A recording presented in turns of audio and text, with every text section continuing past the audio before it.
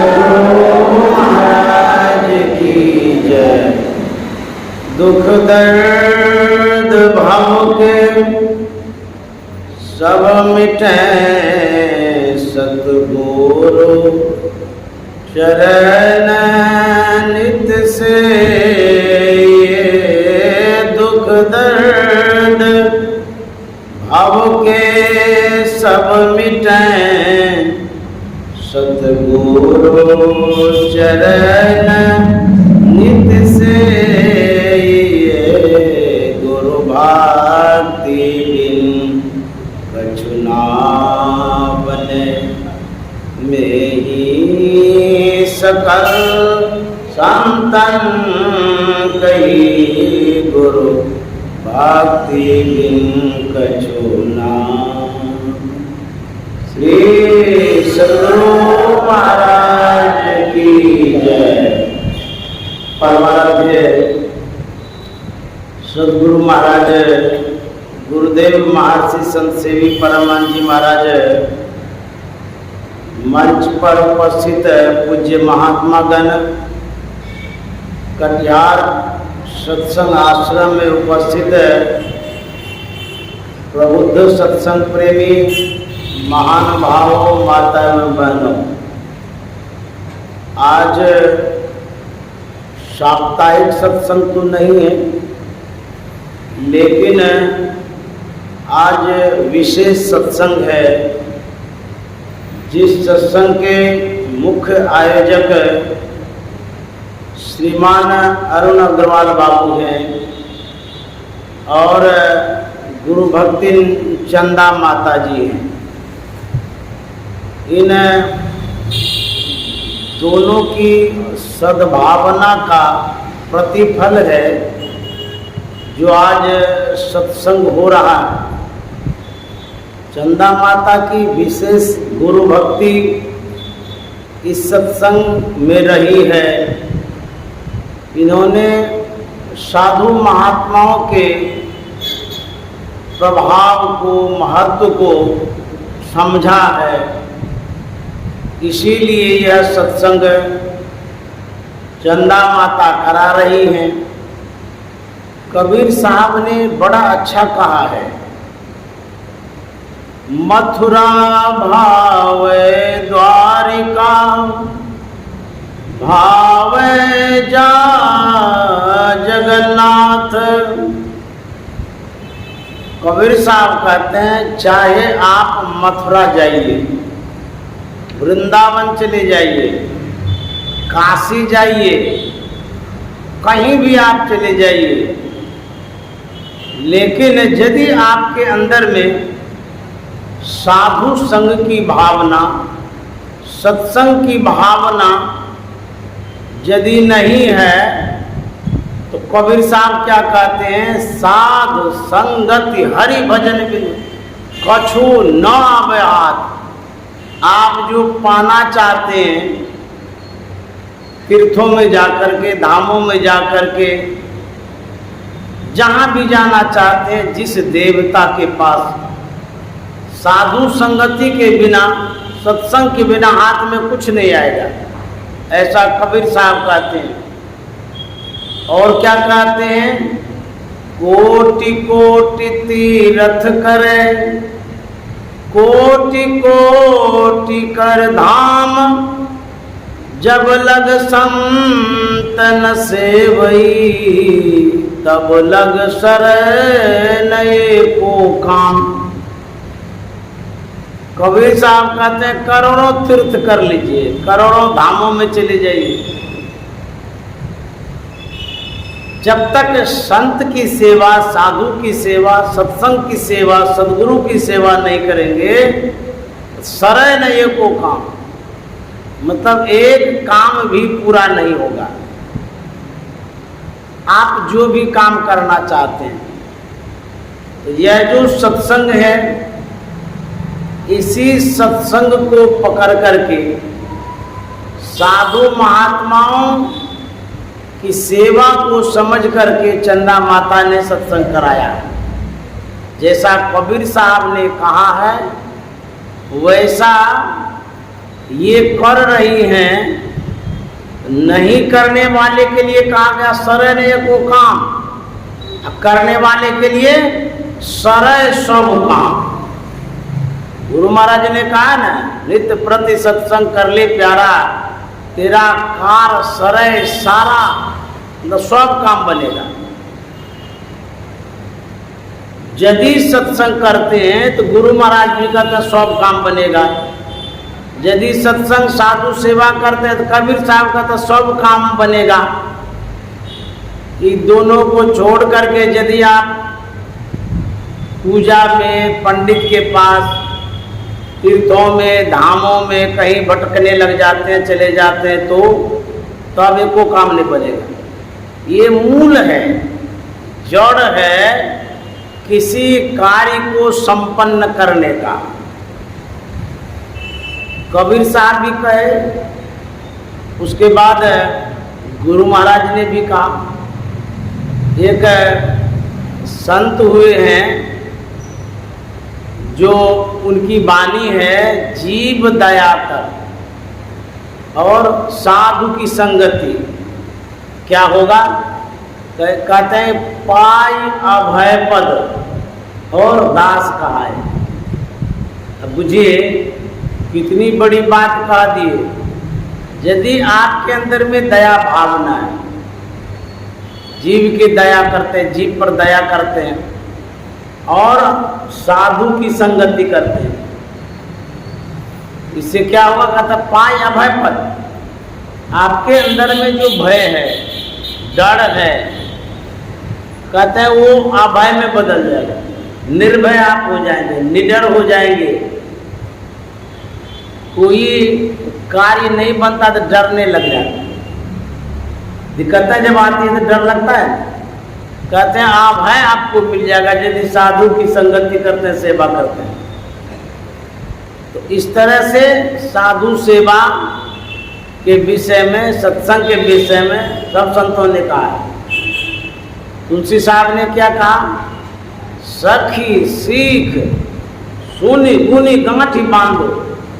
सखी बना जीव, तुलसी साहब कहते हैं जीव से, मानव से, कि जो सीख है, सीख मना जो समझाया जाता है, बताया जाता है, सिखाया जाता है, सुनाया जाता है, उसको सीख कहते हैं।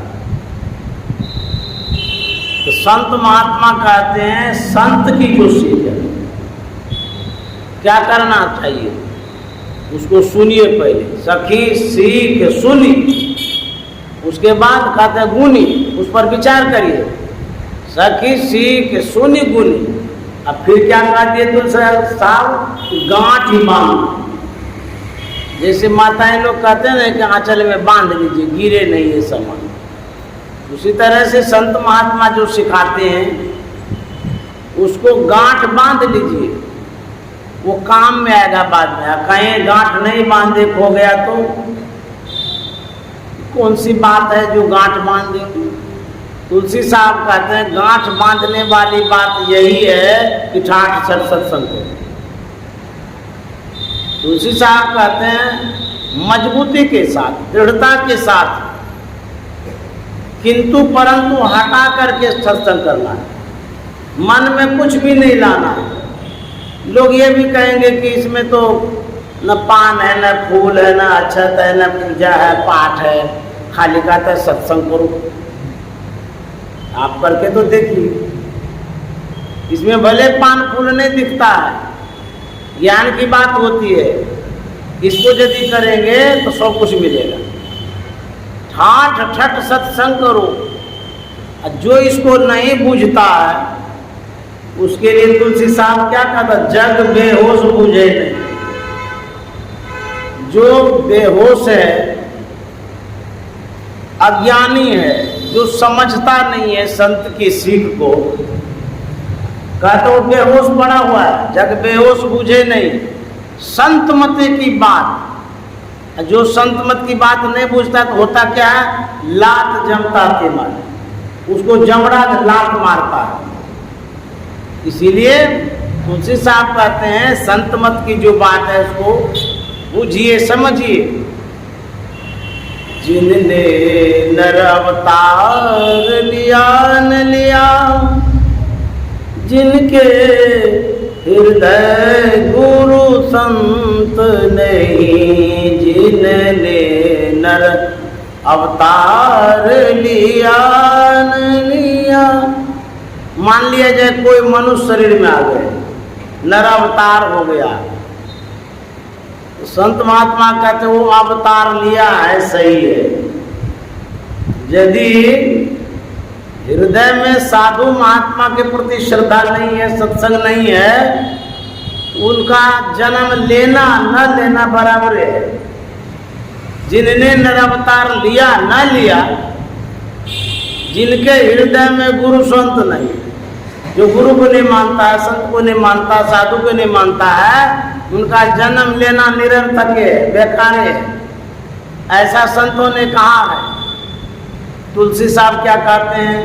ते नर नरक रूप जीवत जग, भव भंजन पद विमुख अभाव। वह नर नरक के समान है। कौन? जो परम परमात्मा के चरणों को छोड़ करके जीता है, सत्संग नहीं करता है, नहीं सत्संग भजन नहीं हरि को श्रवण न राम कथा न रागी। जो कथा में प्रेम नहीं रखता है, सत्संग नहीं सुनता है, हरि में प्रेम नहीं रखता है, कहता हुए वे नर नरक के समान। अब बुझिए, साधु का संग, हरि में प्रेम, कथा में प्रेम, यही आपके प्रगति का पथ है, मूल मंत्र है, और यही पूजा पद्धति है, यही यज्ञ है, अनुष्ठान है। इस पूजा से बढ़कर और कोई पूजा ही नहीं। गुरु पूजे सब देव न पूजे, गुरु पूजा सब पूजा। प्रथम देव गुरुदेव जगत में और न दूजो देवा। गुरु महाराज ने कहा है, संत मते की बात कहूँ साधक हित लागी। मैं संत मत की बात कहता हूँ। अब किसके लिए कहता हूँ? साधकों के हित के लिए कहता हूँ। जैसे आपका परिवार है, बाल है, बच्चा है, कुटुंब है, जो भी है, उसके हित के लिए आप सोचते हैं।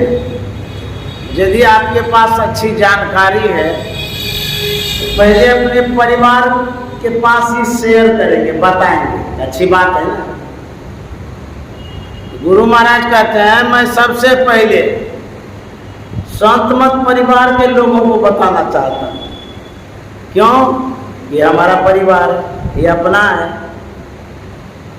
तो गुरु महाराज कहते हैं, मैं संत मत की बात कहता हूँ, साधकों के लिए, संतों के लिए, सज्जनों के लिए कहता हूँ, क्योंकि ये हमारे परिवार के सदस्य हैं।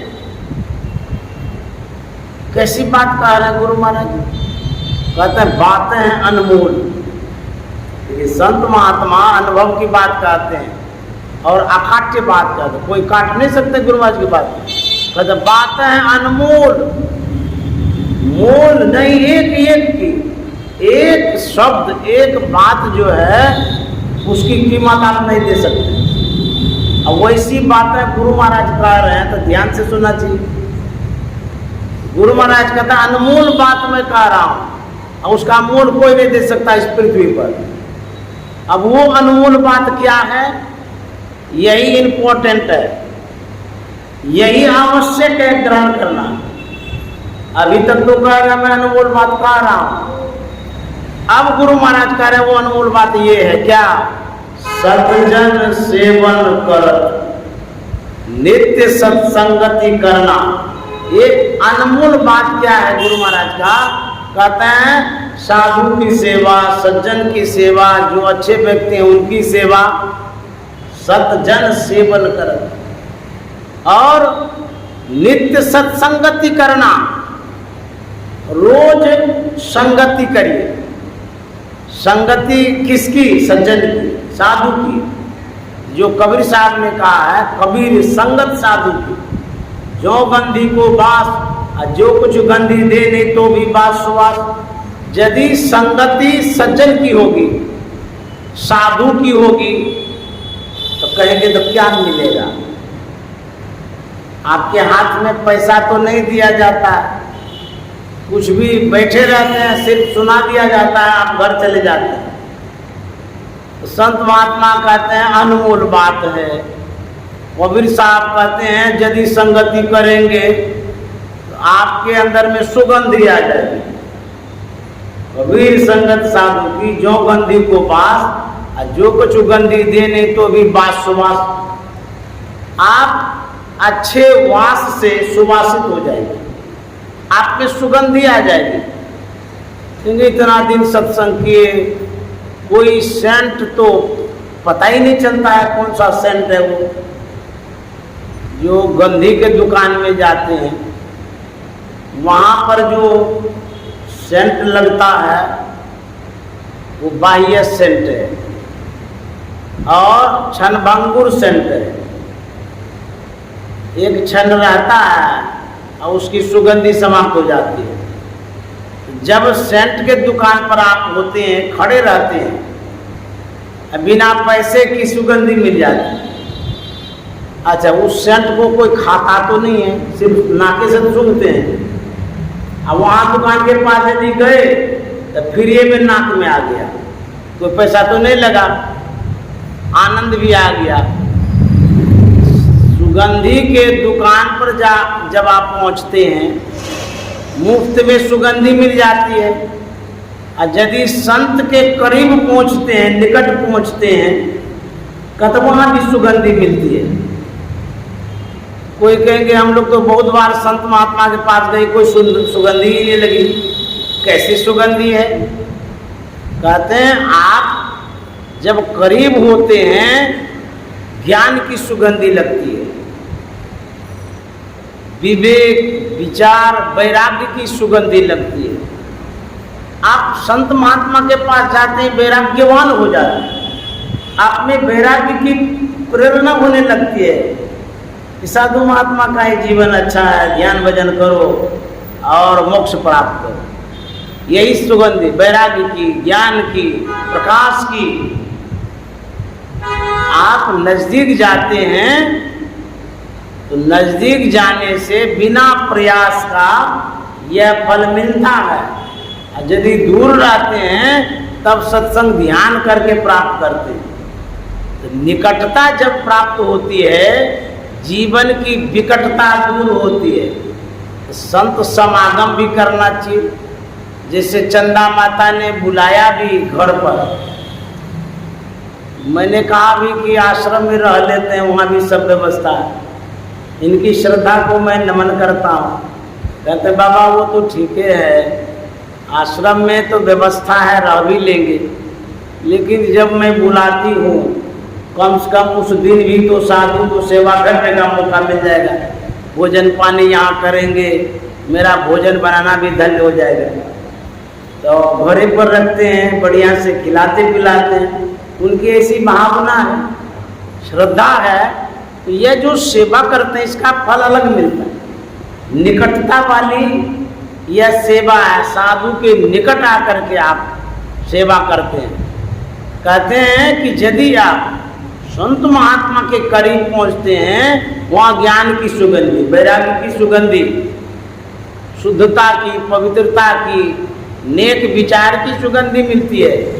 यह फल मिलता है निकट आने से। इसीलिए संग करना चाहिए। तो गुरु महाराज कहते हैं कि जो अनमोल बात है वो यही है कि सतजन सेवन कर और नित्य सत्संगति करना। मैंने देखा है अरुण बाबू के आवास पर रह करके, इन लोगों का नियम है सत्संग करने का, चाहे साधु आदि या ना हो। हम तो एक दिन के लिए जाते हैं वहाँ, लेकिन स्तुति विनती नियम से करते हैं। संतवाणी सब कोई गाते हैं। यह भी गुरु की सेवा है, यह भी रोज सत्संग करना है, इससे भी लाभ मिलता है। तो गुरु महाराज कहते हैं कि यदि आप नित्य सत्संग करते हैं, रोज सत्संग करते हैं, बहुत लाभ इसमें मिलता है। और गुरु महाराज कहते हैं वचन अमीय, जो संत महात्मा कहते हैं उनका जो वचन है वो अमृत है। तो क्या करना चाहिए? कहते हैं उनमें कान दे दीजिए, ध्यान दे दीजिए, देखे कहते क्या है। ध्यान से यदि आप सुनते हैं, हो सकता है ऐसी भी बातें आपको सुनने को मिल जाए जिससे आपको वैराग्य हो जाए, कुछ ज्ञान की बातें मिल जाए, संसार के प्रति अलगाव हो जाए। तो जिस क्षण आपके अंदर में संत महात्मा की बातें घर कर जाएगी, समझ लिए उस क्षण आपका उद्धार हो सकता है। तो ध्यान से सुनेंगे तब होगा। गुरु महाराज कहता वचन अमीय, दे ध्यान श्रवण करी चित्त में धरना। ध्यान से सुनिए और चित्त में धारण करिए। फिर गुरु महाराज कहता मनन करत नहीं बोध। कभी कभी आप सुनते जो हैं उस समझ में बातें नहीं भी आती है, बहुतों का ऐसा होता है। हम लोग भी बड़े बड़े महात्मा का सुनते हैं तो कुछ बातें नहीं भी समझ पाते। तो जब बातें नहीं समझ पाते तब क्या करना चाहिए? तो गुरु महाराज बता रहे हैं कि पुण्य समझिए। एक बार में नहीं समझ पाए तो फिर दोबारा सुनिए। इसीलिए बराबर सत्संग की आवश्यकता है। सत्संग बराबर करेंगे तो बातें मन में बैठ जाएगी। तो जब बैठ जाएगी तब आप अपने आचरण में उतारेंगे। गुरु जब मनन करत नहीं बोध हो तो पुनि समझिए। अरे हारे में ही समझ बोध यदि हो रहनिता सम कर लीजिए। जब आपके मन में बातें बैठेगी तभी तो कुछ करिएगा। अब बैठवे नहीं करेगी, सुन लिए पल्ला झाड़ के चले गए, आप कुछ नहीं करिएगा। गुरु महाराज कहते हैं कि यदि बातें बैठ जाए मन में तो कहते हैं उसको आचरण में ढाल लीजिए, आचरण में उतार लीजिए। गुरु महाराज भी तो सत्संग सुनते थे। जब सत्संग सुनते सुनते सुनते सुनते समझ गए तब गुरु महाराज ने कहा था मैं संत मत की बातें सुनते सुनते समझ गया हूँ और मैं इतना समझ गया हूँ कि मुझे संत मत की बातों से कोई हिला नहीं सकता है। देखिए इतनी डीपली गहराई के साथ गुरु महाराज ने पकड़ा, सुनते सुनते न पकड़ लिए। और गुरु महाराज कह दिए सत्संग मेरी सांस है। कितना समझ लिए गुरु महाराज ने, सत्संग मेरी सांस है। तो कभी कभी लोगों के मन में होता है कितना सत्संग कराएंगे, बार बार तो वही बात करते ही रहते हैं। एक घटना रायपुर में घटी थी। जब मैं रायपुर जाता था, अभी भी जाता हूँ, तो जो आदरणीय परमेश्वर अग्रवाल बाबू हैं, उनके बेटे का छोटा लड़का, जो छोटा बेटा है, वो छोटा था, बड़ा दिमाग का तेज। जब मैं सत्संग करता था तो वो बैठता था और बच्चा था, बैठते बैठते घोलटने भी लगता था। लेकिन उस कैंपस से, परिधि से, उस सीमा से बाहर नहीं जाता था, घोलट घोलट करके वहीं रहता था जितने दूर में सत्संग होता था। ऐसा संस्कारी था। अच्छा, जो सुना देते थे इतना मेधावी को याद भी रखता था। उनको मैंने दीक्षा भी दिया है, चेला है मेरा वो। तो दूसरे साल जाते थे तो सत्संग करते रहते थे। अब कहानी जो है वो तो दोहराई जाएगी, क्योंकि कितना कहानी हम बनाएंगे। तो जब वो कहानी आ जाती थी जो पिछले साल हम कह गए थे, वो बीच में कहते थे बाबा ये तो हम पहले सुन लिए हैं, आप आए थे उस बार सुनाए थे ना, ये तो वही कहानी है, दूसरी कहिए। अब कहाँ से निकालें हम। अच्छा, एक बार, दो बार, तीन बार, चार बार साल में वो लोग बुला लेते थे। अब कितना सत्संग करेंगे, कहाँ से कहाँ मिलाएंगे। वो बोले कि ये सुनते रहते हैं, यही बार बार आप सुनाते रहते हैं, नया सब सुनाइए। अब हम सोचे अब इसको क्या कहा, तो मैंने एक युक्ति निकाला उसको समझाने का। मैंने कहा कि आप अब तो बड़े हो गए, जो जो खाते हैं आपको तो याद होगा, क्या क्या खाते हैं। बोले कि दाल भात सब्जी रोटी यही सब। हम बोले कि अभी तक में तो बहुत बार खाए होंगे। बोले हाँ। अच्छा, हम बोले कि दाल भात सब्जी ही बराबर क्यों खाते हैं, इसको छोड़ देना चाहिए। जैसे एक दिन खा लिया, अब जीवन भर के लिए इसको छोड़ दीजिए। बोले इसको कैसे छोड़ेंगे। बोले क्यों नहीं छोड़िएगा, जब एक दिन दाल भात सब्जी हो गया उसको जीवन भर के लिए छोड़ दीजिए, अब नया कुछ खाइए, फिर नया खाइए। बोले कि नहीं नहीं, ये खाने का चीज है, इसको ही खाएंगे, दूसरा कितना नया क्या खाएंगे, हमको तो पता भी नहीं। दाल भात सब्जी ही रोज खाते हैं और उसी से हमारा जीवन बढ़िया रहता है, ताकत भी बना रहता है, यही तो खाने का है, अच्छा लगता है। तो मैंने कहा कि विभू बाबू आप ये बतलाइए, मैं जो सुनाता रहता हूँ आप कहते हैं नया नया सुनाइए, हमारे पास तो वही संत वाणी है जो सुनाते आ रहा हूँ और यही सुनाते रहूँगा, मैं नया नया कहाँ से लाऊंगा। खाने का जो चीज़ है दाल भात सब्जी है उसी को न खाएंगे, और सुनाने का जो संत वाणी है वही सुनाएंगे, नया नया कहाँ से लाएंगे। गुरु महाराज ने वही सुनाया, कबीर साहब ने वही सुनाया, सब वही सुनाते थे। इसी से उद्धार होगा, तो उद्धारण करना है, नया खोज करके क्या करिए। अरे पेट भर गया, काम खत्म। उसी तरह से संत वाणी सुन लिए, बस हो गया।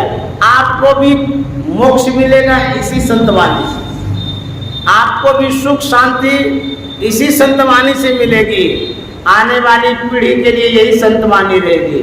जो जो आते जाएगा सबको इसी वाणी से, संत वाणी से, गुरु वाणी से मोक्ष मिलते जाएगा। तो दूसरी वाणी बदलने की क्या आवश्यकता है। मोक्षण चाहिए तब वो चुप हो, फिर दोबारा उन्हें बोलता था। तो ये मत समझिए कि बाबा आते हैं वही सुनाते रहते दूर आते, तो मैं क्या सुनाऊँ। जो मैंने रट लिया है, याद किया है, जो गुरु जी ने सिखाया है वही तो मैं सुनाता रहूँगा। मेरे पास कुछ अपना रहे, कुछ नया रहे तो मैं सुना दूँ। तो गुरु महाराज कहते हैं बराबर सत्संग करिए, सत्संग करेंगे आपको लाभ मिलेगा, ये ध्रुव निश्चित है।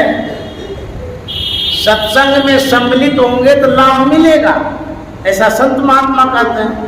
इस सत्संग में लाभ बहुत है,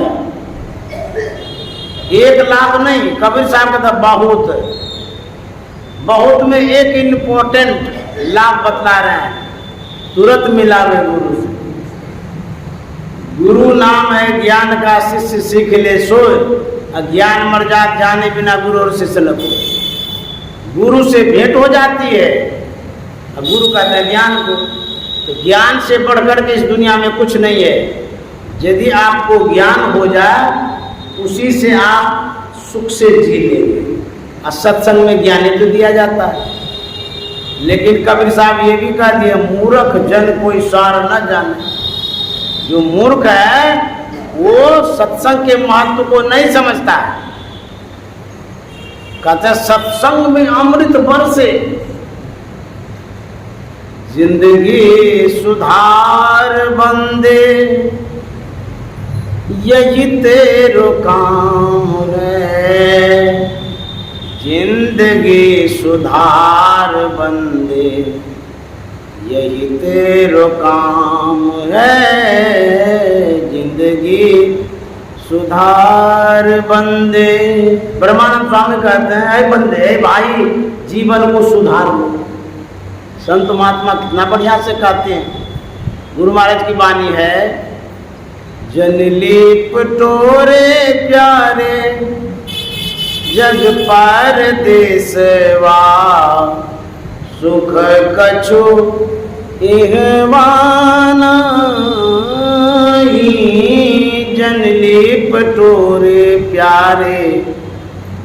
गुरु महाराज कहता है प्यारे, जैसे बच्चों को आप संबोधित करते हैं प्यार से, आपका नन्ना मुन्ना होता तो बाबू बोलते हैं, प्यारे भी बोलते हैं। गुरु महाराज कहता है प्यारे मत लिपटो संसार में,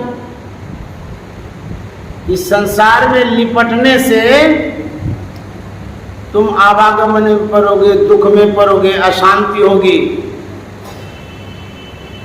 मास आसीन जगत बासिन चेत चित मिलाइए,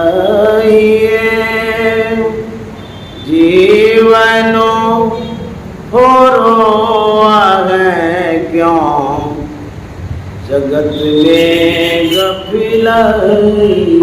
गुरु महाराज कहता है संसार के लोगों, संसार में बसने वालों, जगत बासिन चेत चित में लाइए, सावधान हो जाइए।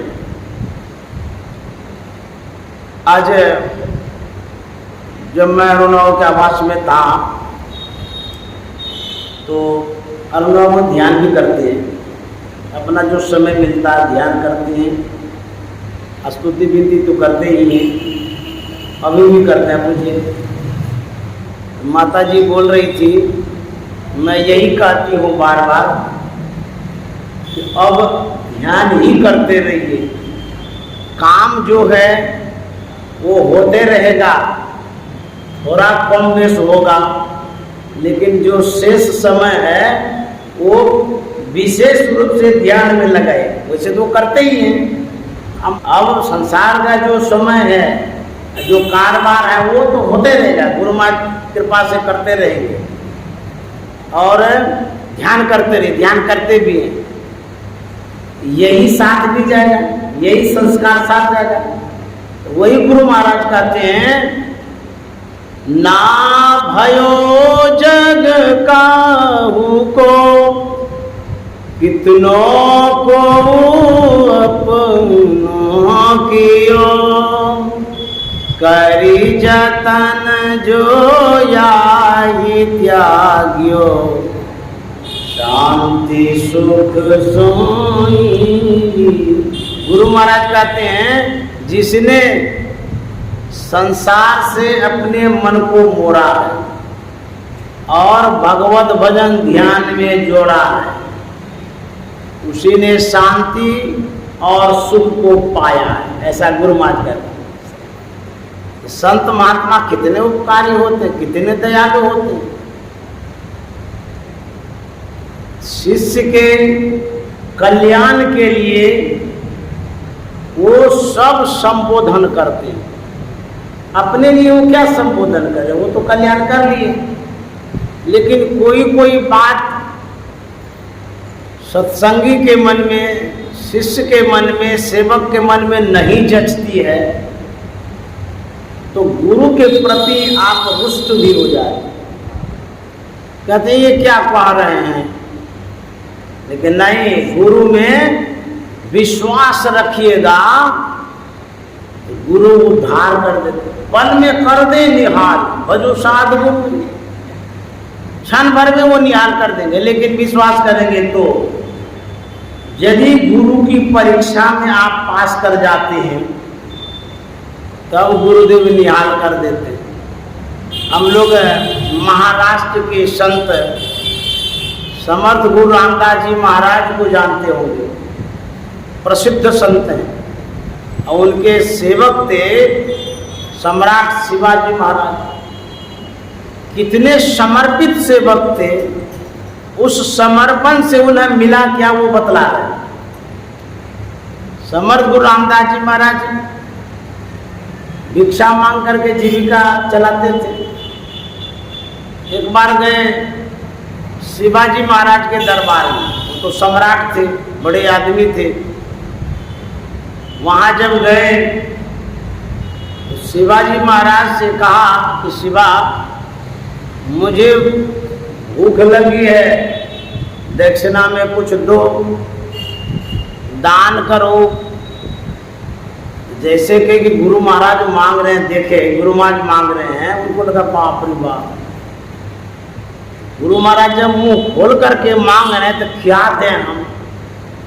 वो गए अंतपुर में ढूंढने के लिए सोना चांदी हीरा जवाहरात। बोले नहीं, गुरु महाराज के सामने तो तुच्छ है, ये क्या भेंट है, कुछ भी नहीं है। ऐसा चीज देंगे जो अनमोल हो, जो विशेष हो। ये तो तुच्छ चीज, छोटी सी चीज है। अब देंगे क्या? जो भौतिक संपदा राजकोष में संग्रहित है वही न देंगे। अब उसे विशेष क्या देंगे? सोचते सोचते शिवाजी महाराज एक पेपर लिए, पेन लिए, छोटे से पेपर में शिवाजी महाराज लिखता है, शिवा सहित, शिवा का पूरा साम्राज्य, संपत्ति, सब कुछ गुरु के चरणों में भेंट, समर्पित। छोटा सा पूजा था, लेकर के आया, अब गुरु जी ने झोला में डाल दिया। समर्थ गुरु रामदास जी महाराज ने कहा कि शिवा, कागज दिया है मेरे झोला में, इसी से पेट भरेगा जी, कागज क्यों दे दिया, इसको हम खाएंगे। बोले गुरुदेव, मेरे पास जो कुछ भी था भिक्षा में सब मैंने दे दिया आपको। बोले कागज में क्या है? बोले गुरुदेव, कागज को देख लीजिए। जब समर्थ गुरु रामदास जी महाराज ने कागज पढ़ा, उसमें लिखा था, शिवा सहित शिवा का पूरा साम्राज्य सदगुरु के चरणों में समर्पित।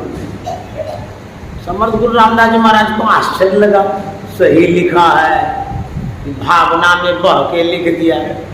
कोई ऐसे भी चेले होते हैं, कहते तो हैं, लेकिन उतना समर्पण कैसे कर सकता? सब चीज, राजपाट, धन संपत्ति, अपना भी। आश्चर्य नहीं लगेगा?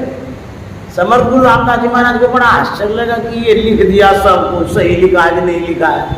अच्छा पूछते हैं, बोले शिवाई को लिखा है सब कुछ समर्पित, तू भी, धन संपत्ति सब सही लिखा है? बोले हाँ गुरुदेव, एकदम सही लिखा हूँ, सच में लिखा था। तो बोले कि तू भी मेरा हो गया? बोले हाँ। संपत्ति भी? बोले हाँ, सब कुछ मैंने दे दिया, जो लिख के दिया है वही सही है, अब उसी पर मैं खड़ा हो।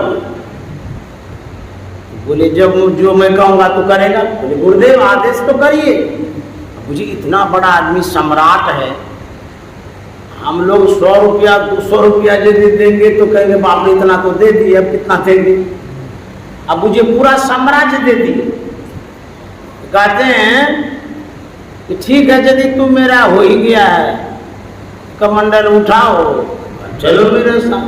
तुरंत उठा लिया, चल दिए। समर्थ गुरु रामदास जी महाराज देखते तो सही कर रहा। चले गए आसपास के गांव में, जहाँ झोपड़ी में लोग रहा करते थे, वहाँ पर इनको भेजे भिक्षा के लिए। देखें ये तो सम्राट है, इसके अंदर में अहंग, मैपन, जो सम्राट है उसका अभी तक मतलब है कि नहीं है प्रभाव की छोड़ भी दिया। जब संपत्ति दे दिया, अपना भी दे दिया, फिर सम्राट की जो बू होती है, गंध होती है, वो टेप रहे। सही में छोड़ा कि नहीं छोड़ा? तो बोले जाओ भिक्षा मांगने की। तो शिवाजी महाराज पात्र ले लिए, चले गए भिक्षा मांगने। जिस गरीब के घर में पहली बार सम्राट शिवाजी महाराज गए, वो तो पहचानते थे, आसपास के तो लोग थे। बोलते हैं कि मुझे भिक्षा दीजिए। वो लोग थर थर कर लगे, बाप रे बाप, ये कौन सा आफत आ गया, ये तो सम्राट है, इन्हीं के सानिध्य में हम लोग रहते हैं, साम्राज्य में रहते हैं, आज कौन परीक्षा होगी, भिक्षा क्यों मांगते हैं हमसे, हम तो गरीब आदमी हैं। वो लोग डर रहे थे। बोले करे आप लोग भिक्षा क्यों नहीं देते हैं? बोले कि आप इतने सामर्थ्यवान हैं, सम्राट हैं, हम तो प्रजा हैं, आप हमारे मालिक हैं, राजा हैं, और आप हमसे भिक्षा मांगते हैं।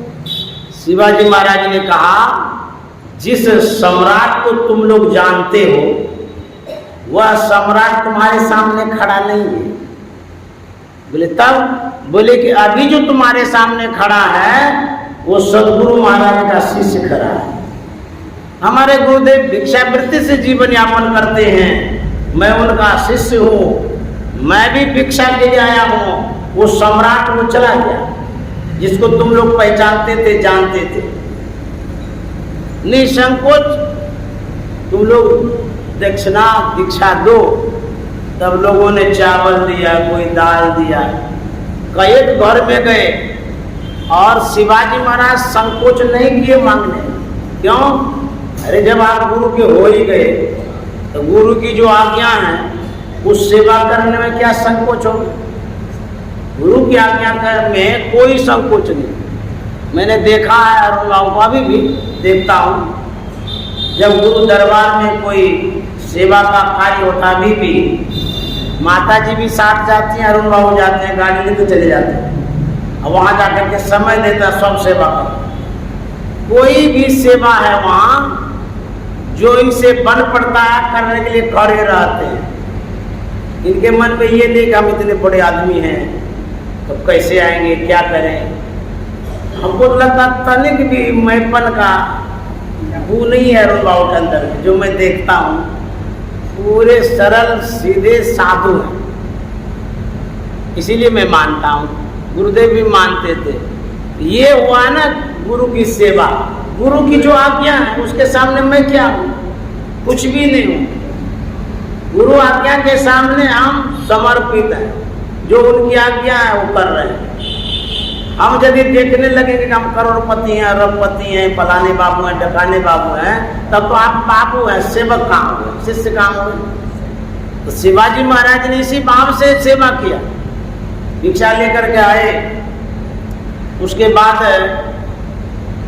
बोले गुरुदेव मैंने भिक्षा ले आया। तो बोले ठीक है खिचड़ी बनाओ। इतने बड़े सम्राट, उनको आज्ञा दिए खिचड़ी बनाने की, बेचारा कभी तो किए भी नहीं होते, लेकिन फिर भी गुरु की आज्ञा है और वो खिचड़ी बनाए। जब खिचड़ी तैयार हो गई, बोले गुरुदेव खिचड़ी तैयार हो गई। समर्थ गुरु रामदास जी महाराज ने कहा 2 पात्र में लगाओ, 2 बर्तन, एक गुरु महाराज के लिए लगाए, एक अपने लिए लगाए। तो गुरु महाराज ने कहा कि तू भी खाओ, मैं भी खाता हूँ। कितने अच्छे गुरु थे, कितने अच्छे सेवक। खिचड़ी उचड़ी खा लिए। उसके बाद अब यहाँ से जो प्रस्थान करेंगे, अब समर्थ गुरु रामदास जी महाराज को विश्वास हो गया कि सही में इसने समर्पण किया। अब इसको जहाँ ले जाएंगे वहाँ ये चल ले जाएगा और सही में ये छोड़ दिया है राजपाट सब कुछ। अब सोचने लगे कि अब क्या करें, अब तो यहाँ से निकलेंगे, अब इनको कहाँ ले जाएंगे। समर्थ गुरु रामदास जी महाराज ने कहा कि शिवा तुमने तो सब साम्राज्य हमको समर्पित कर दिया। बोले हाँ गुरुदेव, अब आपका हो गया। बोले तू भी तो मेरा हो गया। बोले हाँ गुरुदेव आपका हो गया। अब आप जैसा जो करना चाहते हैं वो राज्य आपका है, आपके जिम्मे है, जो करेंगे तो आप करिए। आज से छुट्टी हो गई मेरी। तो बोले कि शिवा इतना बड़ा साम्राज्य है, इसको संचालित करने के लिए एक स्वकुशल सम्राट चाहिए, सुयोग्य व्यक्ति चाहिए। मैं नजर उठा करके देखता हूँ कि इस साम्राज्य को, हमारे साम्राज्य को संचालित करने वाला एक भी नजर में नहीं आता है। शिवाजी महाराज चुपचाप सुन रहे थे, उसमें क्या जवाब दे। समर्थ गुरु रामदास जी महाराज ने कहा शिवा तू तो मेरा है ना। हाँ गुरुदेव मैं आपका हूँ, आपको मैं सुपुर्द कर दिया हूँ। बोले शिवा ये साम्राज्य मेरा है। बोले हाँ गुरुदेव। तू भी मेरा है। बोले हाँ गुरुदेव। इस साम्राज्य को संचालित करने के लिए मेरी ओर से तू जाकर के संचालित कर, तुम्हारे हाथ में मैं बागडोर देता हूँ, मेरी सेवा करो मेरा समझ करके। बोले गुरुदेव जो आज्ञा हो। समर्थ गुरु रामदास जी महाराज ने झंडा दिया था भगवा, बोले कि इसको गाड़ देना उस राज्य में। आज से यह पूरा साम्राज्य मेरा और तू मेरा सेवक है, मेरी ओर से तू उसको संचालित करो सेवा समझ कर। सही में उनकी कहानी में है, उस दिन से वो गुरु की संपत्ति साम्राज्य समझ करके सेवा किए हैं, अपना समझ करके नहीं किए। गुरु कैसे थे, शिष्य कैसे थे, शिष्य सच्चे थे। उसने सब कुछ सही में समर्पित कर दिया और गुरु भी सच्चे थे। उस समर्पण को स्वीकार करके सब संपत्ति का अधिकारी शिष्य को बना दिया। हम लोग यदि होते कच्चे गुरु तो कुछ भी देते थे चलने जाए, एक को कट्ठा जमीन देते तो छोड़ते थे, तुरंत रजिस्ट्री करा लेते। लेकिन पक्के गुरु ऐसा नहीं करते, समझे। दादू दयाल जी महाराज सन्यासी थे जैसे हम लोग हैं, बाल मुड़ा करके रहते थे जंगल में, तो लकड़ी काट करके लाते थे, स्वावलंबी जीवन बिताते थे।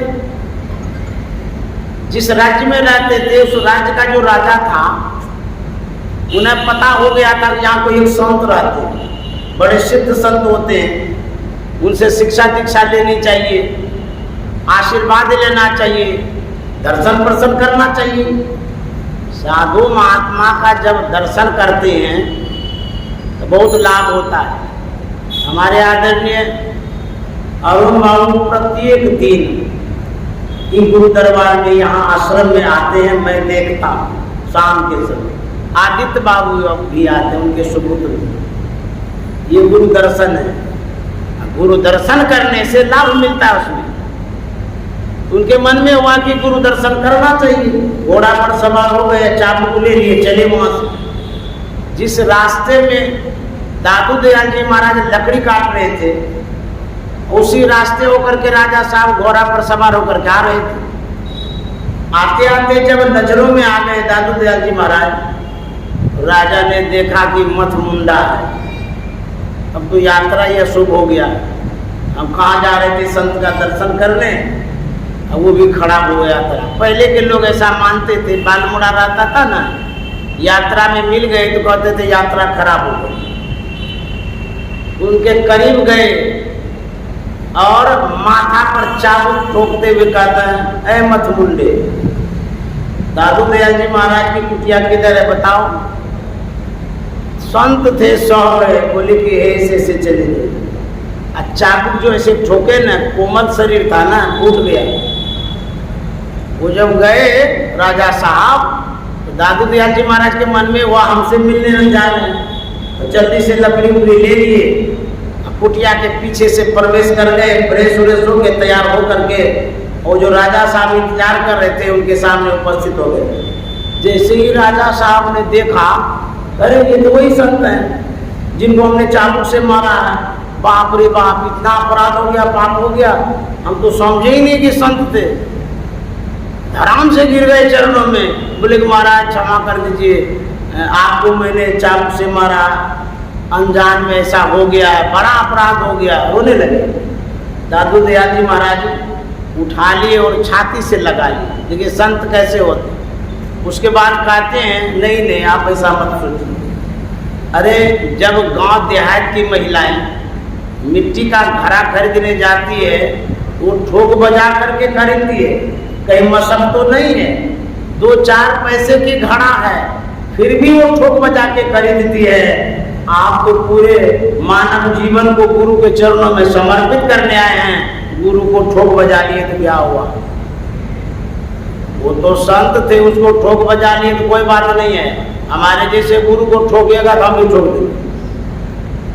हाँ, सो दादू दयाल जी महाराज इतने सहनशील थे, कहते हैं कि गुरु को ठोक बजा के करना चाहिए। पूरा समर्पित कर रहे हैं तो गुरु कैसे हैं देखना चाहिए, देखभाल कर करके गुरु करना चाहिए। अब मैं वाणी में विराम दे रहा हूँ और समय भी हो रहा है। मैं अरुण बाबू को प्रणाम करता हूँ।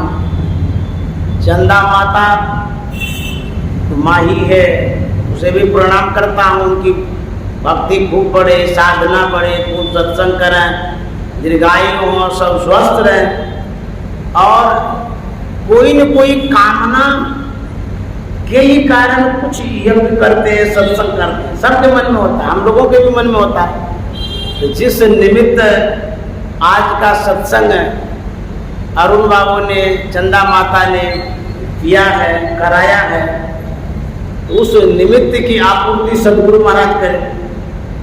मेरे पास तो कुछ भी क्षमता नहीं है, आपकी श्रद्धा है, मुझे बुला लेते हैं, जो मुझे याद रहता मैं बोल देता हूँ। जो भी करेंगे सदगुरु महाराज जी करेंगे। संकट कारण सदगुरु जी होते हैं। मैं तो गुरु महाराज की जो वाणी है उसी पढ़ करके बोलता रहता हूँ, जो याद रहता है। आप श्रद्धा से बुलाते हैं, श्रद्धा को सिद्ध करने के लिए सदगुरु महाराज से हम प्रार्थना करते हैं कि वो सिद्ध हो जाए और गुरु महाराज की कृपा हो। आप आज आए जो सत्संग प्रेमी है, श्रोता लोग, उन्हें भी मैं नमन करता हूँ। आप लोग भी इतने तादाद में आ गए, इस यज्ञ को आप लोगों ने सफल बनाया है। मैं इन्हीं शब्दों के साथ वाणी में विराम दे रहा हूँ। श्री सद्गुरु महाराज की जय।